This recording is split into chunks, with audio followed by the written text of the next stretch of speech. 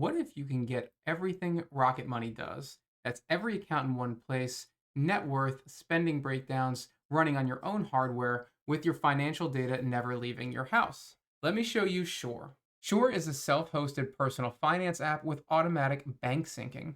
It's the community fork of Maybe Finance. If you've never heard of Maybe Finance, they were a VC backed startup that spent close to $1 million building a beautiful front end and an all in one finance app before the business folded, and then they just open sourced the whole code base, which means you get a UI that looks like a funded product because it actually was one.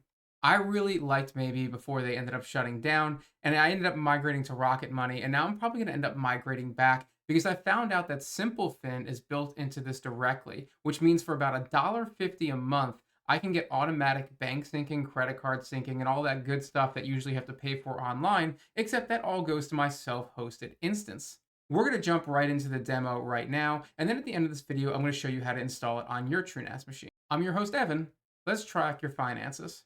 Since I'm at their home website already, which is just ShoreM, which has got to be one of the best URLs I've ever seen, I'm just going to click the try it in the top right, and I'm going to jump right into their demo.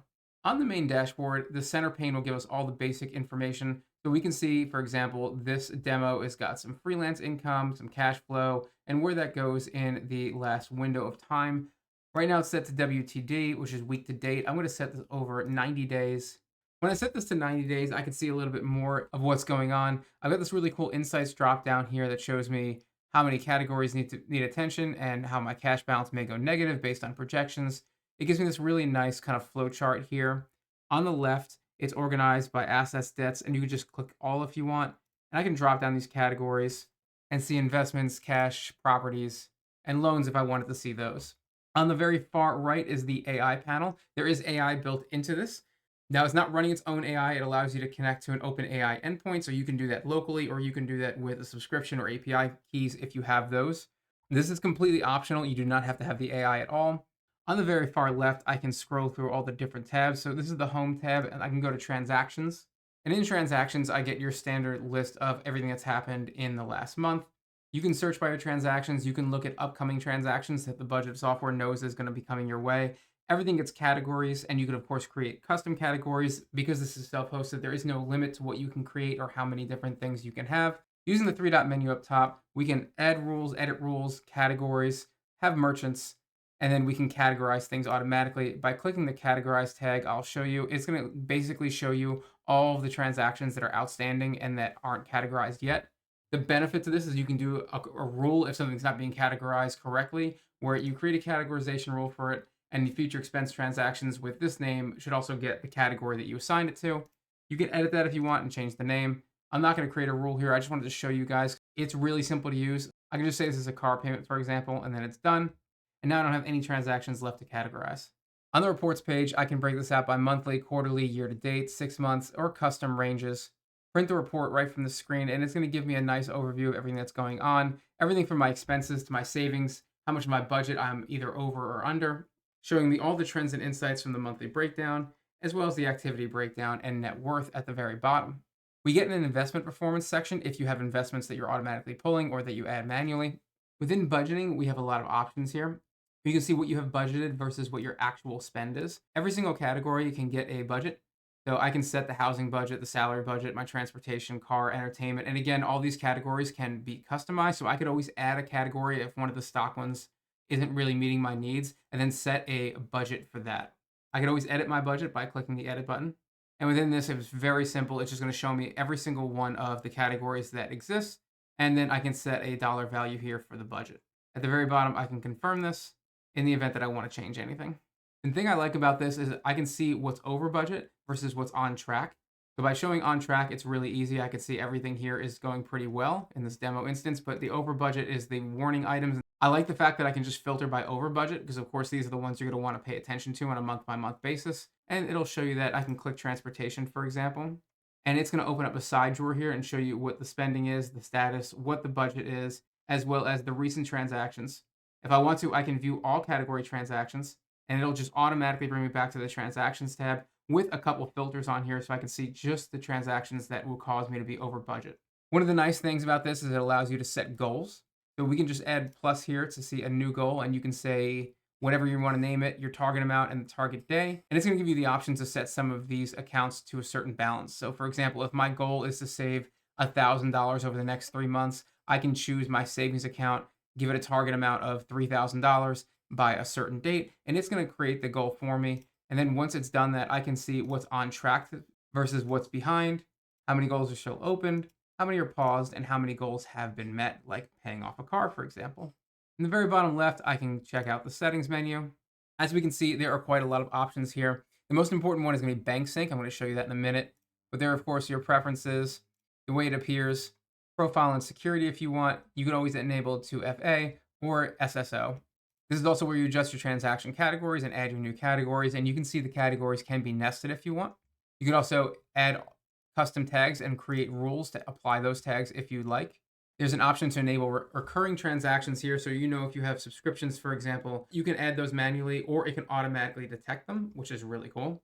In the advanced section is the AI controls, and this can start with AI prompts. It can show you your LLM usage if you want to see how much in tokens you're using just to talk to it, API key management, and the MCP server.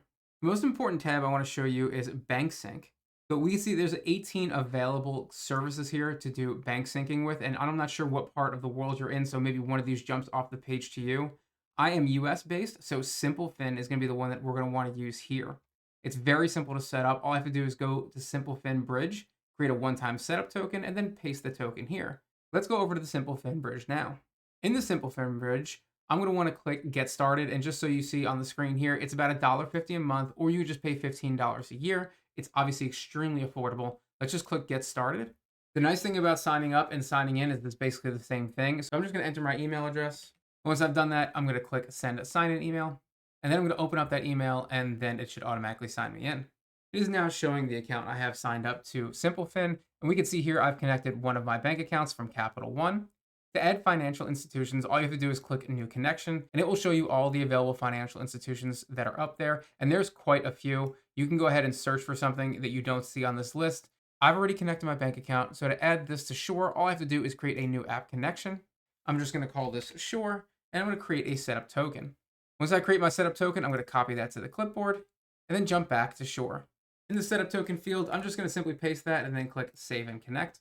After it's added, we can see the SimpleFIN connection up top, and it says that there are new accounts ready to set up. We can see the sync summary, and I just click the little gear icon to set up the new account.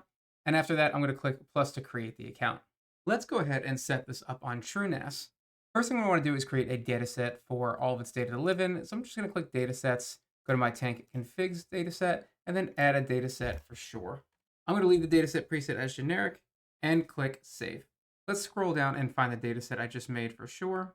Once I see it, I'm going to click it and then click Edit to edit the permissions.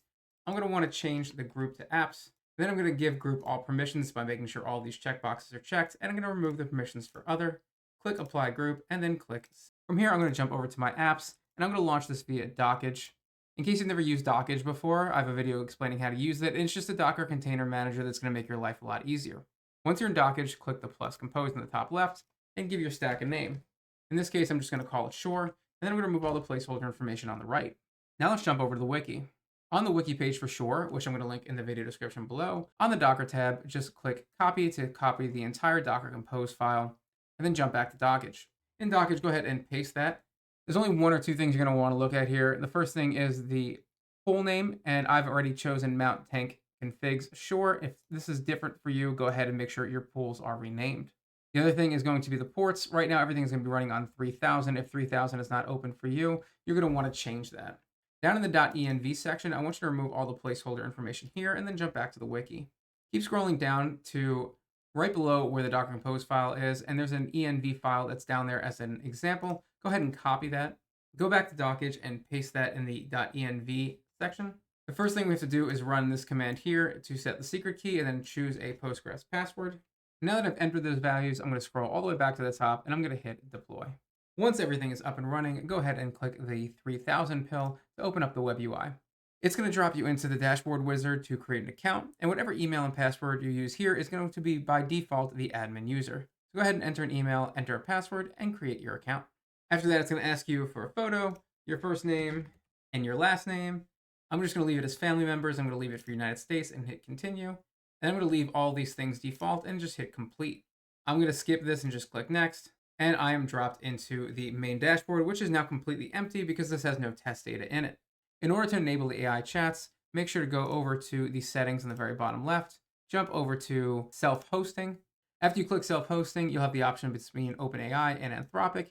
Here you have API keys and endpoints. So go ahead and fill in that data if you want. OpenAI is, of course, compatible with local AI. So if you have your AI hosted locally with something like Ollama, you can put the endpoint here, set your model, and then enter your access token to make it work. Did you know I'm available for hire? If you would like a free quote, follow the Hire Me link in the video description below to book time with me one-on-one. The comparison here is mainly to actual budget, and I've pulled up their demo instance to show you what it looks like.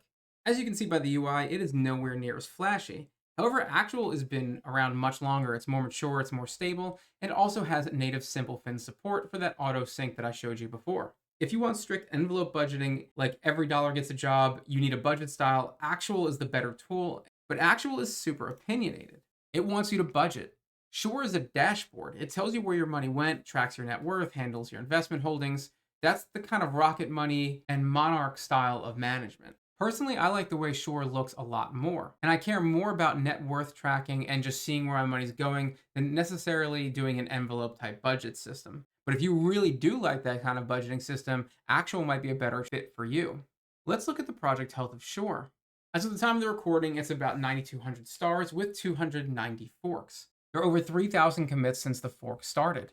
It's got 274 open issues and 240 pull requests. The fork started in mid-2025, and they've put 3,000 commits into it since then. That's not a project someone spun up and abandoned, that's real sustained work. Version 0.65 release was specifically about stabilizing SimpleFIN and landing more bank sync providers. The flip side of this is there's 274 open issues and 240 open pull requests, and that's a lot of in-flight work. This is pre 1.0 software and it moves quickly, so just keep that in mind if you deploy it into production. Shore is the best looking self-hosted finance app that exists right now, and it's the only one that pairs with BankSync that you can actually set up in an afternoon. I got SimpleFIN going in about 20 minutes or less. If you've been waiting around for a real self-hosted answer to Rocket Money or Monarch, this is the closest thing that there is. The downside is that it's pre 1.0. Things still has some rough edges, multi-currency has known bugs, and there are a couple of hundred open issues. I would run it in parallel with whatever you're using right now, or just use it as a backup to maybe something that you're already paying for until it really just smooths itself out, or you feel comfortable with the functionality as it is. What are you using to track your finances right now, and would you actually move it in-house? Let me know in the comments below. If you found this helpful, hit the like button. Make sure you subscribe so you don't miss the next video we release. If you want to see content YouTube won't let us show you, head over to Patreon. There's a link to it in the video description below. Thanks for watching, everybody. And as always, stay curious.